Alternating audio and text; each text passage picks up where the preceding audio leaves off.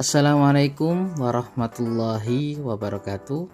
Salam sejahtera untuk kita semua.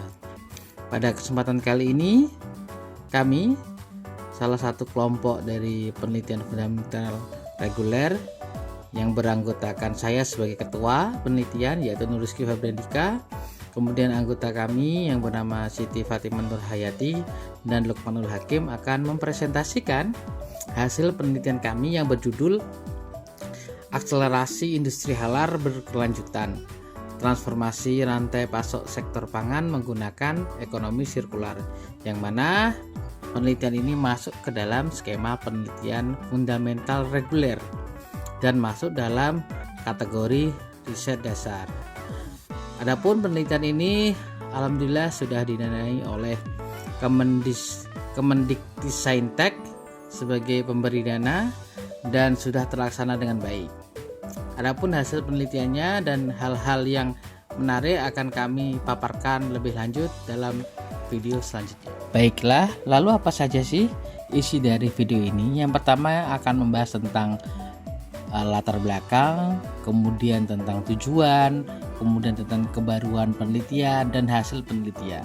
Di dalamnya juga akan kami sampaikan temuan-temuan yang menarik, kendala, dan berbagai macam luaran yang sudah kami selesaikan.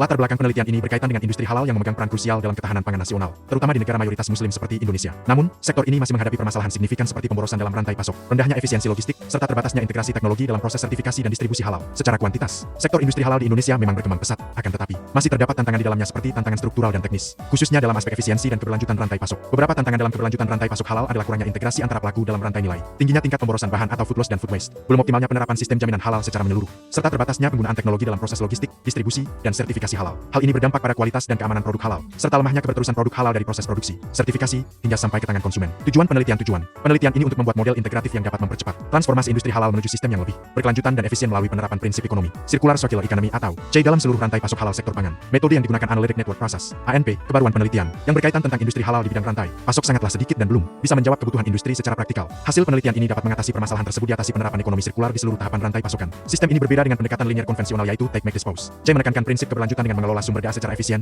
memperpanjang siklus hidup produk, serta meminimalisir limbah melalui prinsip reduce reuse recycle. 3R. Penerapan ekonomi sirkular pada industri halal, khususnya pada rantai pasok pangan hewan unggas, belum banyak dikembangkan secara komprehensif. Meskipun berbagai inisiatif sudah dilakukan dalam bentuk penggunaan limbah sebagai pakan ternak, pupuk organik, atau pengurangan emisi distribusi. Selain itu, rantai pasok halal khususnya dalam sektor pangan hewan unggas dapat dikembangkan menjadi efisien dan diperkuat dengan kemajuan teknologi yang berkembang saat ini. Oleh karena itu, penelitian ini dibuat untuk mengeksplorasi potensi kerangka ekonomi sirkular dengan pendekatan multi-criteria decision making (MCDM) menggunakan teknik Analytical Network Process (ANP). Metode tersebut digunakan untuk menyeimbangkan kembali persamaan akuntabilitas rantai pasokan, memberdayakan produsen skala kecil, meningkatkan keberlanjutan dan retensi nilai dalam rantai pasok sektor pangan, khususnya produk unggas. Dengan menggunakan teknik ini, akan dilakukan proses observasi dan identifikasi untuk menemukan prioritas strategi ekonomi sirkular yang tepat, dan untuk mengevaluasi proses di sepanjang rantai pasok halal, mulai dari produksi bahan baku, proses pengolahan, logistik, hingga distribusi akhir kepada konsumen. Hasil penelitian berdasarkan tabel yang disajikan. Aliran material menjadi prioritas aliran yang paling berpengaruh dalam manajemen rantai pasok sektor pangan, khususnya daging unggas. Elemen berikutnya, dari aliran material kerusakan fisik ditentukan sebagai kategori limbah yang paling bermasalah, diikuti penurunan kualitas dan spesifikasi produk. Dalam aliran finansial, persaingan harga menjadi prioritas kategori limbah, diikuti distribusi keuntungan yang tidak merata dan pemborosan modal. Pemalsuan label halal menjadi prioritas kategori limbah di aliran informasi, diikuti manajemen data yang terpisah dan koordinasi logistik. Untuk mengatasi permasalahan atau kategori limbah baik utama maupun yang lainnya, diterapkan prinsip-prinsip ekonomi sirkular dalam keenam alternatif penyelesaian. Di antara keenam alternatif tersebut, berdasarkan hasil analisis ANP, integrasi vertikal menjadi prioritas alternatif dikarenakan hal ini dikarenakan integrasi vertikal dapat mengurangi inefisiensi, seperti persaingan harga di pasaran,